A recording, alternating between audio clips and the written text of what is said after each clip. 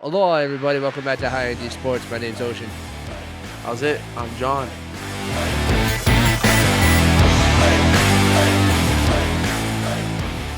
All right, ladies and gentlemen, we got a fun one for you guys today. All right. We're within the midst of the playoffs, right? This upcoming weekend is the conference championships.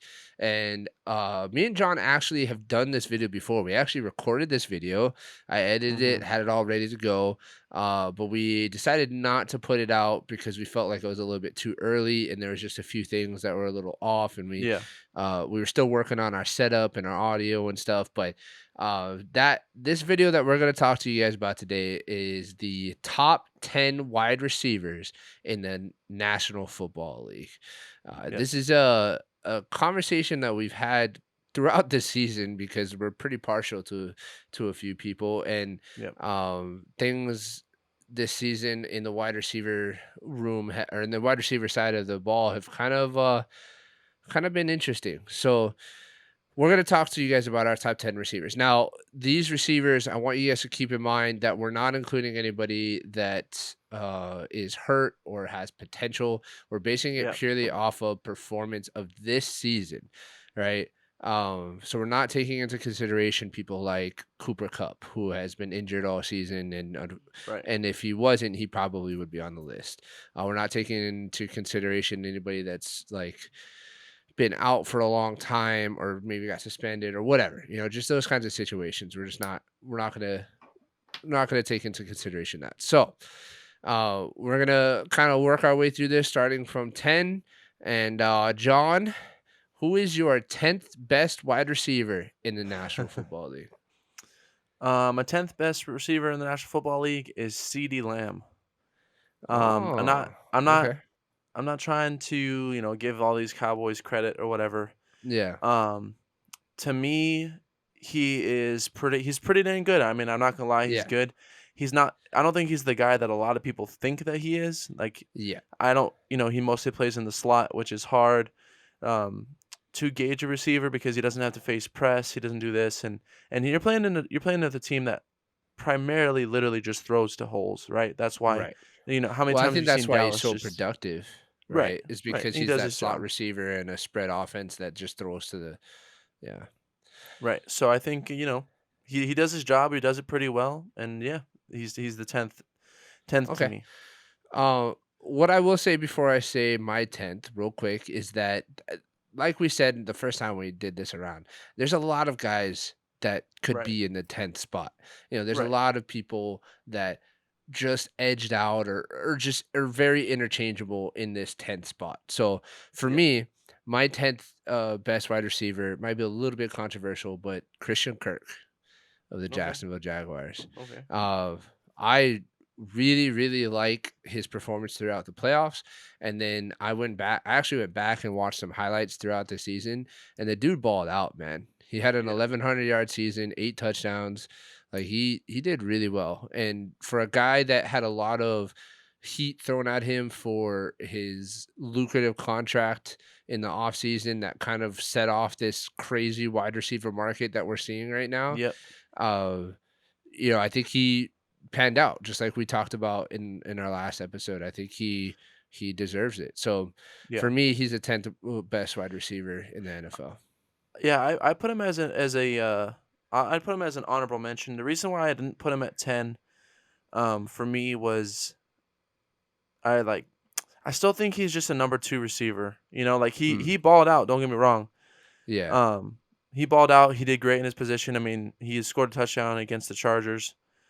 Um Yeah, so Do I you think he's an feel honorable mention. so? Another person that I feel like kind of similar about and was an honorable mention for me, and maybe I feel about him how you feel about Christian Kirk is Tyler Lockett. Yeah. He's Yeah, a I guy could on a team where he's not really the number 1 wide receiver, but he still balls out and has really right. good seasons. So, all right, number 9. In the number 9 spot, I have Mike Evans. This is somebody that I actually did not have on my original list back when we Mhm. first recorded, but over the last couple of games of the season and the first game of the playoffs, uh, he kind of just solidified himself to me as a really, really good, consistent wide receiver. I mean, he's been in the Mhm. league for 9 years now.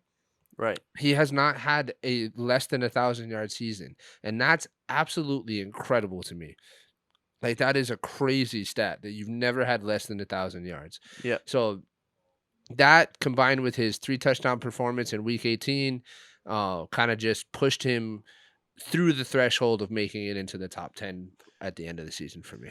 Yep. I actually have Mike Evans at 9 too. Oh, wow. This is where I had him at the last list that I have. Yeah. He remains the same. Like I said, or like I will say, like to me, consistency is key. Yeah. And at wide receiver, there's no one more consistent than Mike Evans within Yeah. the past decade, right? I would agree with that. So yeah, so for me, he's at 9. I love Mike Evans. He's Tom Brady's number one target for a reason. Yeah. Um, I just think there's 8 Yeah. receivers that are better than him, or that or like, from my perception, had a better season than him. Yeah. I would agree. I would agree. Alright, number 8, who you got at number 8, John? Number 8, I have Amon-Ra St. Brown from Detroit. Oh, man, that's so funny. I have Amon-Ra St. Brown from the Detroit Lions at Yeah. number 8. Um, yeah, go ahead. Well, for me, he's same spot, didn't move at all. Um, just hard to move him up against the guys who I have above him. But Well, talk about him he a little bit because remember the people didn't see that first episode. right, So, right, right. uh, to a So lot of people, this might be a surprise or this might be a kind of a shocker right. pick. So Amon-Ra, he's just transformed that Lions offense. I mean, they have DeAndre Swift and Jamal Williams. They have that ground and pound game, but if you go back to last season, Yeah, where he was a rookie, and Jared Goff literally had no one to throw to yeah, until Amon-Ra came on the scene. And then this season, Amon-Ra just took his abilities and took the little sliver of hope that he gave them last season, and he just ran with it. yeah, Ran with it, and he's the guy who always makes a play. He's always there. He's always the clutch guy, and yeah. Detroit is lucky to have him. I would 100% agree. I think his emergence started with his game-winning catch to give the Lions their first win last season. Right.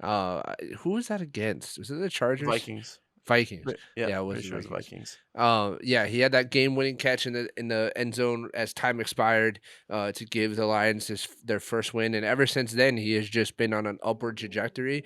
And to be honest, I don't know what the ceiling is for him. Like Right. his ceiling is so high, and I'm super stoked for him because he's somebody that I liked coming into the draft, and then during the draft we played a Madden season. And I actually drafted him in my Madden season, and he was amazing in Madden.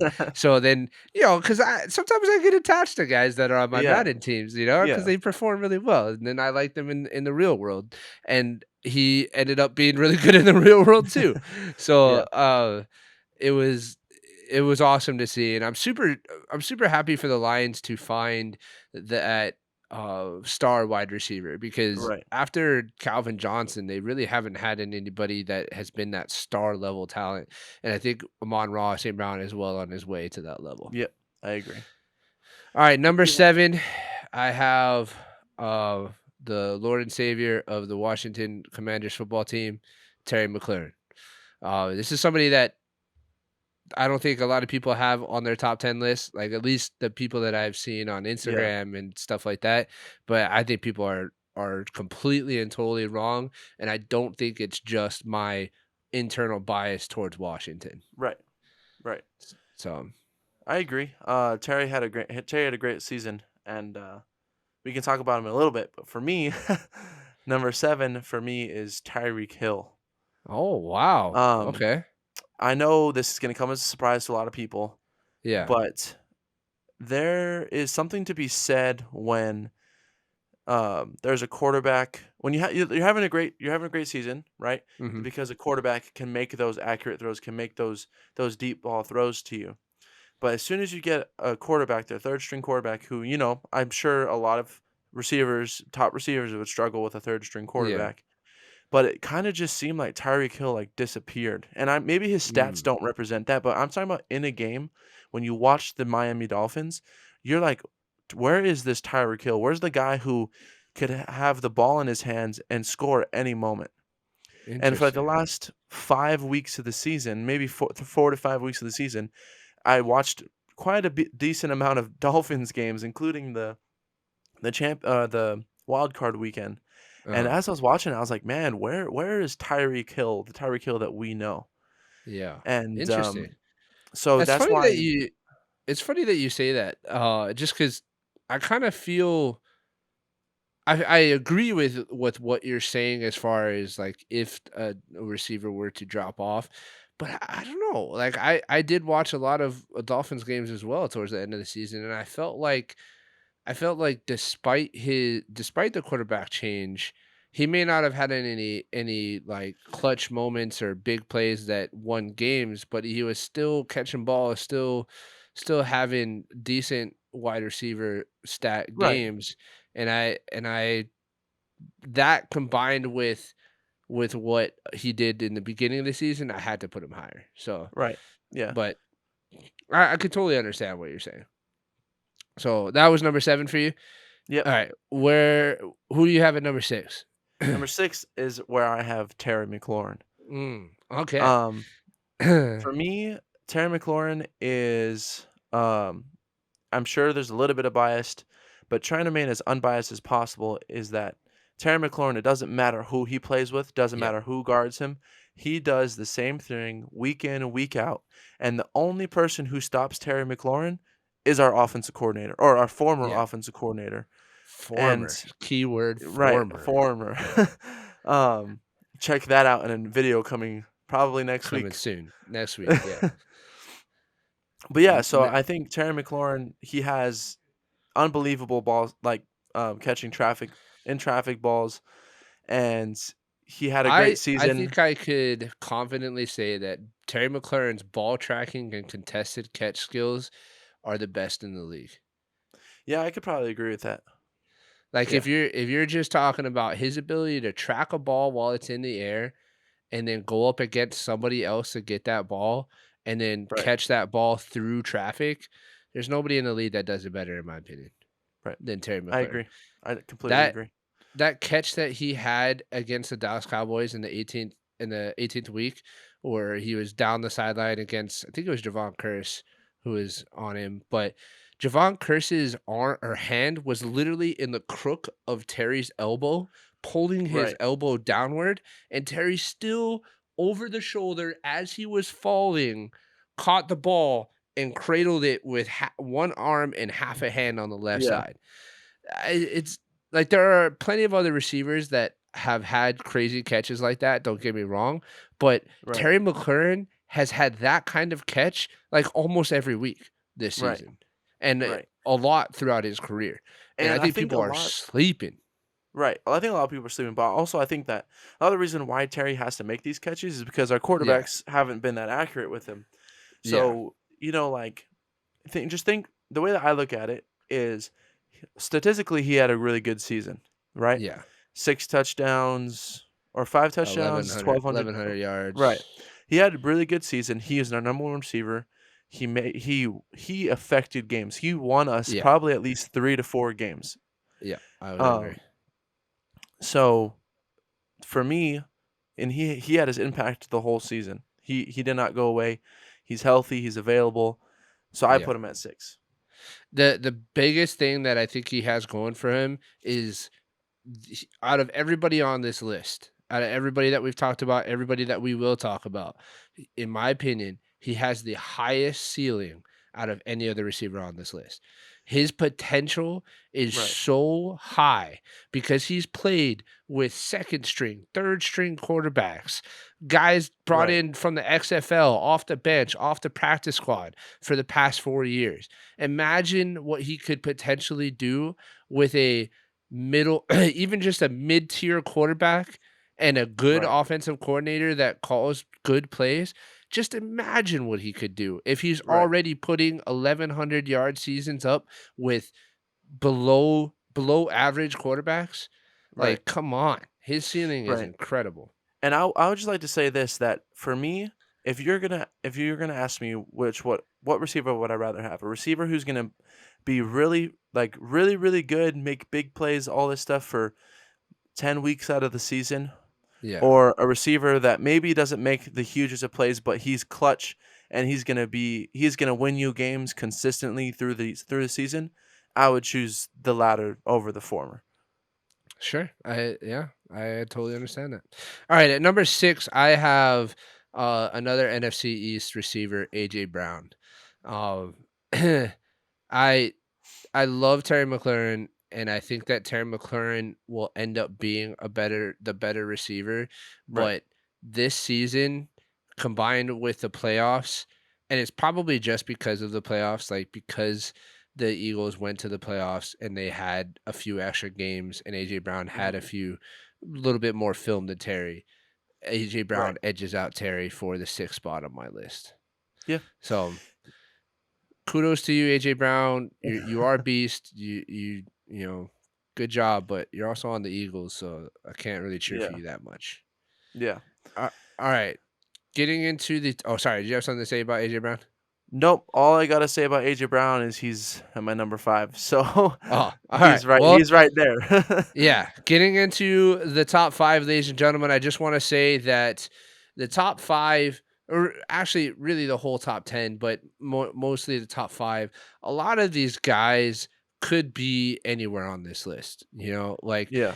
I know on paper, number one and number 10 seem so far away from each other, or nine and four, or whatever. But in reality, all these guys have had incredible, stellar seasons, and you could really make an argument for everybody to be anywhere on this list except for Right. number one, in my opinion. But uh, anywhere two and below, you could kind of make a case for anybody to be anywhere. So coming in at number five, uh, is which is funny. But so for you, number five was AJ Brown, right? Right. Yeah, For I agree me, with everything you said. I don't. yeah, Yeah. yeah. Number five for me is Tyreek Hill. Okay. Uh, I think he dropped a little bit because of his last quarter of the season or so. But I don't think he dropped all the way down to 7 or 8 or wherever you had him at.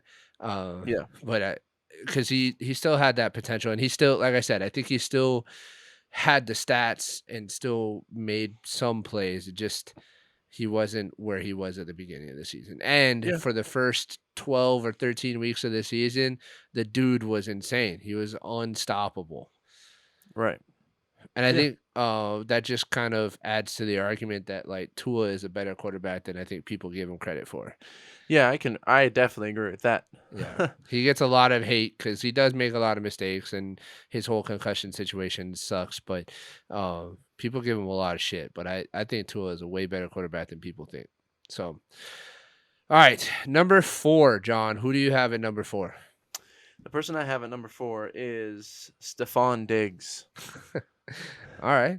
Yeah, I like that pick. I like that pick. Um, Consistent, really good. I really like the dude. He's Yeah. amazing in Madden. Uh, Yeah. um, he's one of those.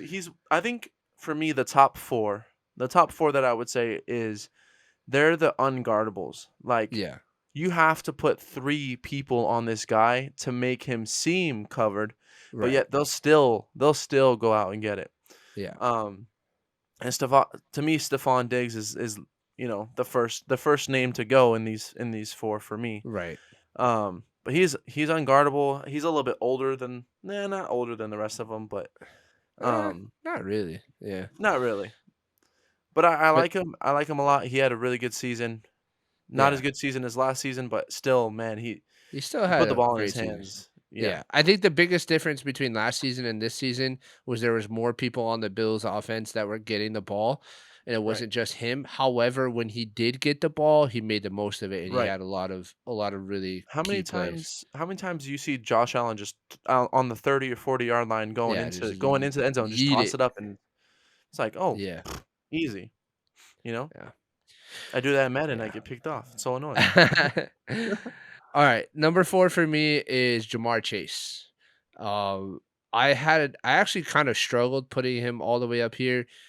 because he missed a few games through the season, um, and it's kind of hard for me because he didn't play as much as everybody else. But once I started thinking about it more, looking at the stats, looking at the film, because just got done watching the Bengals, and everything. Right.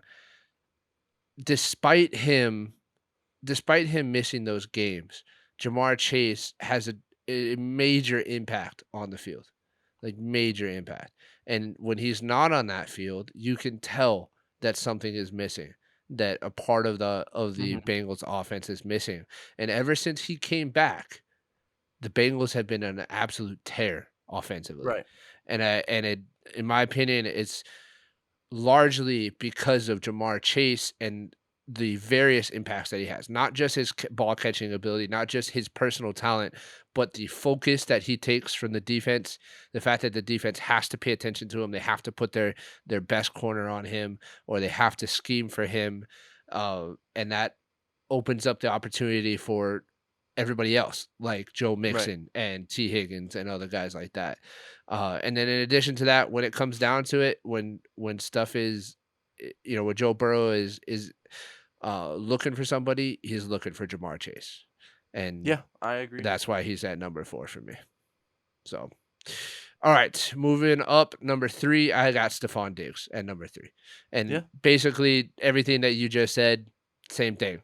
I think he belongs in that 3 to 4 area. Um, if he had a little bit stronger of a postseason, I might have put him higher. I might have put him up over number 2, but I think his postseason was just a little bit lackluster, and it'll be interesting to see what happens going forward with him and the team. I still am continuing to see reports about him being frustrated with what Yeah. happened this season, and I still, like I said in the last episode, I haven't seen anything come from him or anybody close to the situation specifically, so I'm not gonna put too much stock into it yet. But I could definitely understand from his perspective the frustration if he decided to make a big deal out of it. So, Yeah. who do you got at number 3? Okay. Here we go. This is where things start to get real interesting because Okay. I've there's been a lot of things that have changed recently for me, and Uh-huh. I don't think that this person has gone down. It's just the other two people have gone up. So number 3, I have Devonte Adams at Oh, 3. okay. Um, yeah, I love Devonte Adams. I think 6 weeks ago he was the best receiver in the league, in my Yeah. opinion. Um, Okay. and I he don't he agree did with his you, but I understand. right. Right. In my opinion, 6 weeks ago, he was the best receiver in the league, and he didn't do anything wrong. He still did good. He had 2 heck of Yeah. a games at the end of Right. the His season. final 2 games. Stats, whatever. The only thing for me is that um, it's nothing against him, and I know this is gonna be a personal preference too, but the fact that he went to the Raiders just for a quarterback, and now I don't even know where he's gonna be next season. Yeah. Um, I don't like I don't like having a receiver. I don't like having receivers who bounce around, even if Mm. they are top 3 in the league. But despite that, he didn't do anything bad.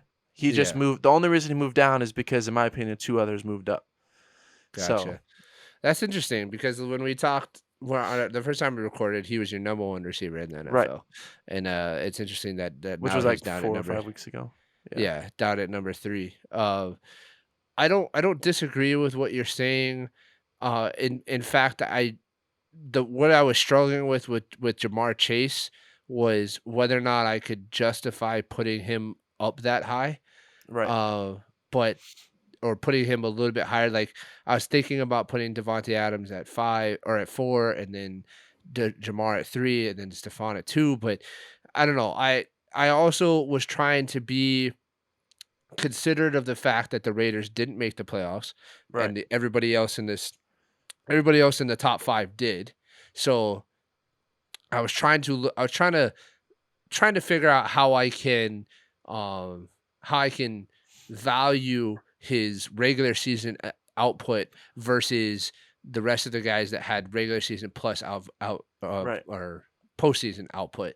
And instead of taking away everybody else's postseason output, I just chose to think about like what would he likely be able to do in the playoffs if he were to play, right? Yeah. And so based off of that, I think he continues to hold that number 2 spot for me, Devontae Adams.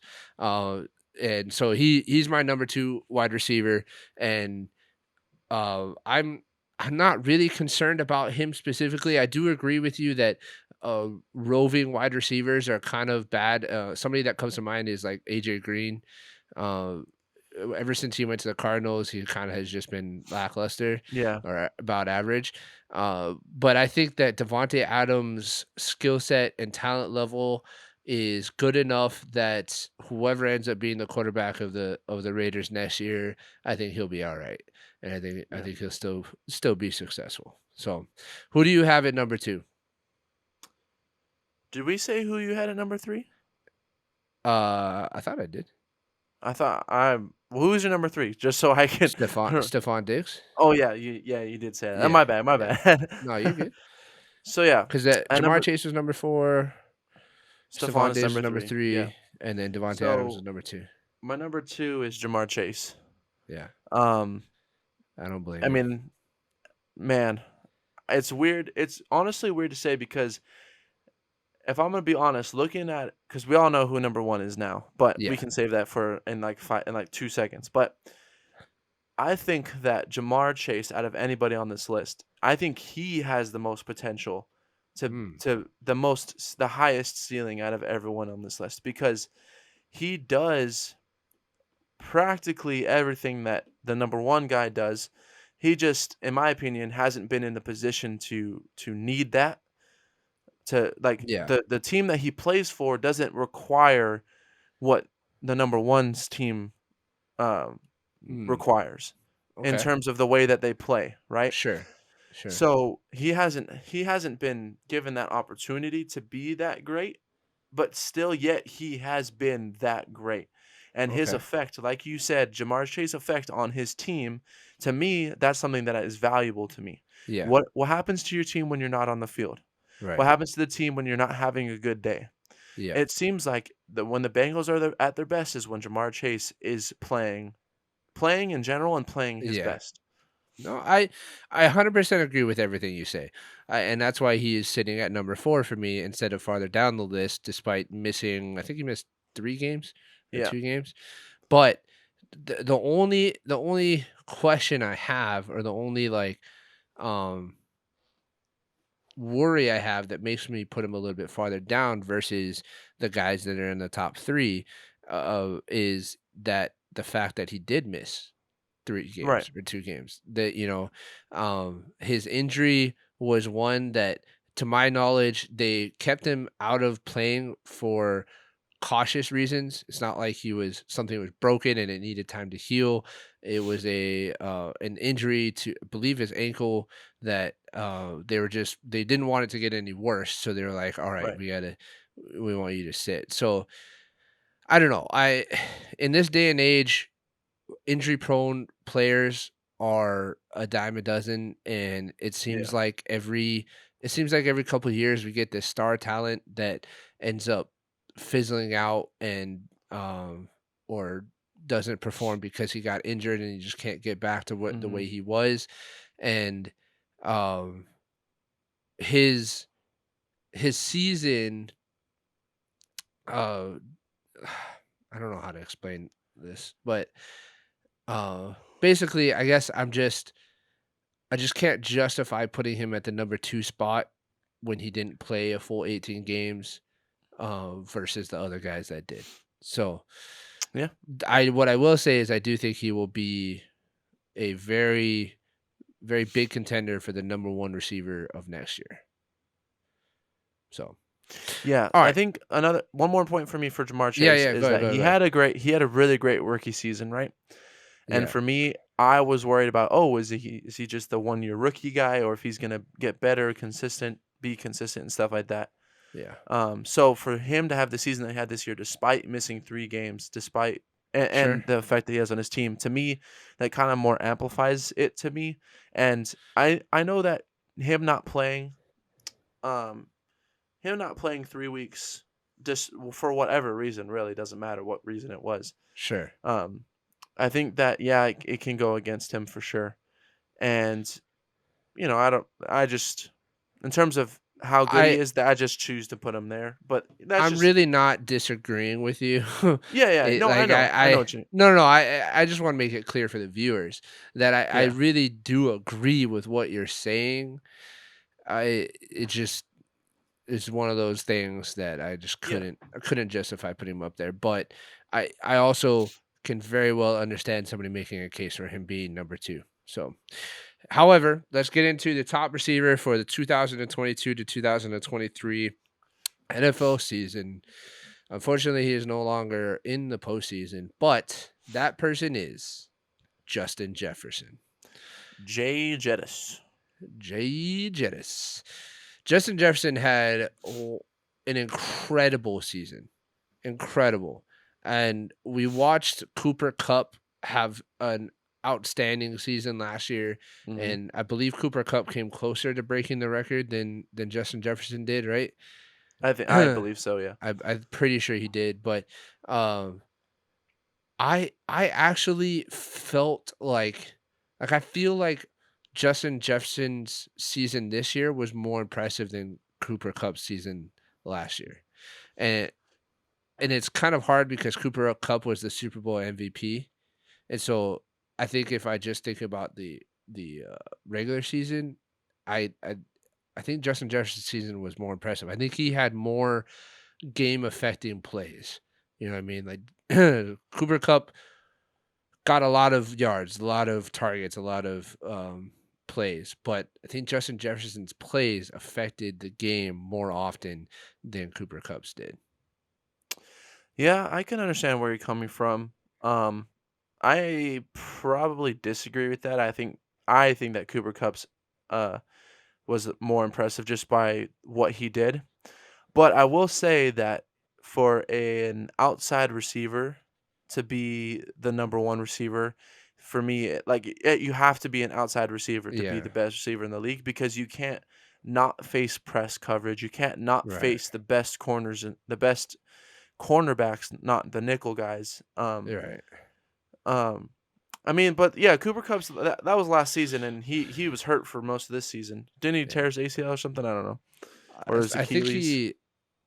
I'm pretty sure it was in his knee. I don't remember if it was an actually torn ACL or if it was just a knee Something injury that else. they weren't trying to chance once they didn't have any playoff hopes, you know. Yeah, You know, but I I just now that I think for about it, you're probably right. But let's focus. Let's change gears. I just want to focus on this season. And Justin Jefferson's right. season was incredible. He had some incredible moments, and one of the craziest stats that I saw throughout the last few games of the season was there's some graphics floating around periodically that showed the top 4 receiving seasons of Vikings history, Hmm. or it might have been top 5. Yeah, it was top 5. It's top 5, because this is 3rd year, right? Yep, this is his third year. Yeah. Yeah, it's top 5, and Justin Jefferson owns 3 of those top 5 years, and the the guy's only been in the league for 3 years, which Yeah, is insane. Every season that he has played has ended up in the top 5 seasons in all of NFL history. The other 2 seasons are owned by Randy Moss. So for yeah, him to be among the company of one of the all-time greats of this league in year 3 is insane. Like that's crazy to me. yeah, But I think he deserves it. I think he deserves it. He had an incredible season. yeah. I agree. He had an incredible season. I still have the. I'm not gonna go into detail on it here because I've on this because it's such a long and an Yeah. intertwined thing. But I still think the Kirk Cousins effect is still there. Mm. There's still some things, some reservations that I have for Justin Jefferson, but I don't think even at this point when I got, especially at the end of the season, you could not deny that Yeah. he was the best receiver in the league. Yeah. Um, do I think that you know, I think that he's the best receiver in the league right now. He's probably gonna be the best receiver in the league for the next 3 to 4 years. But to me, it's like, well, let's see what I want to see what happens when the Vikings finally like, okay, you know what, we need to change. We need to, figure out what we're gonna do with Kirk Cousins and move on and Yeah. see how he adjusts to that and um see all of that. And you know, I'm excited to see it. I don't have anything against him. So I think if they were to input a new quarterback into that system and Justin Jefferson continues to produce the way he has over the last 3 seasons, then that would kinda quell any reservations you have about him as a receiver? um most likely uh I've never been a kind of guy that I've never been a kind of person that looks at stats when you know that they're um I guess that doesn't really apply here, so I'm not going to say that. But yeah, I think I would. Yeah, I think if quarterbacks change, or if Kirk Cousins' style of play changed, Or play calling um, changes or or play calling changes, like yeah, if something changes and he still remains where he is, then I don't see that same Kirk Cousins effect. okay. Um, But even despite that, you still think he's the best receiver in the yeah, league this year? even despite the Kirk Cousins effect, the just the play calling, the position that he's in, I still think he's the best receiver in the league. Okay. But I would not be surprised if Jamar Chase ends up being the better receiver between the two. Just gonna Like, put that long out there. term, Long term. long term.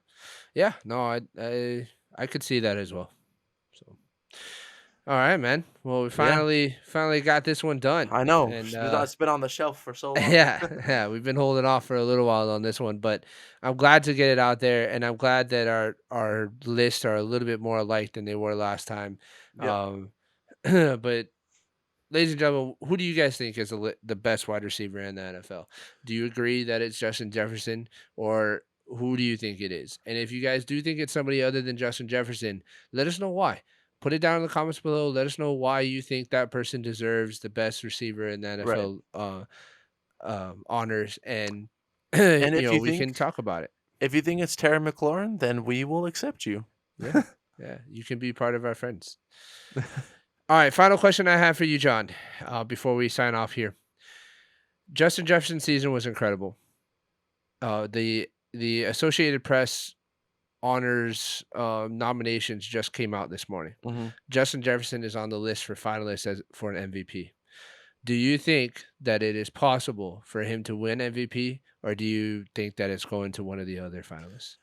Can you tell me what the other two finalists were? Because I did not even see that. It's Jalen Hurts, Patrick Mahomes, Justin Jefferson, and somebody else. There's actually four.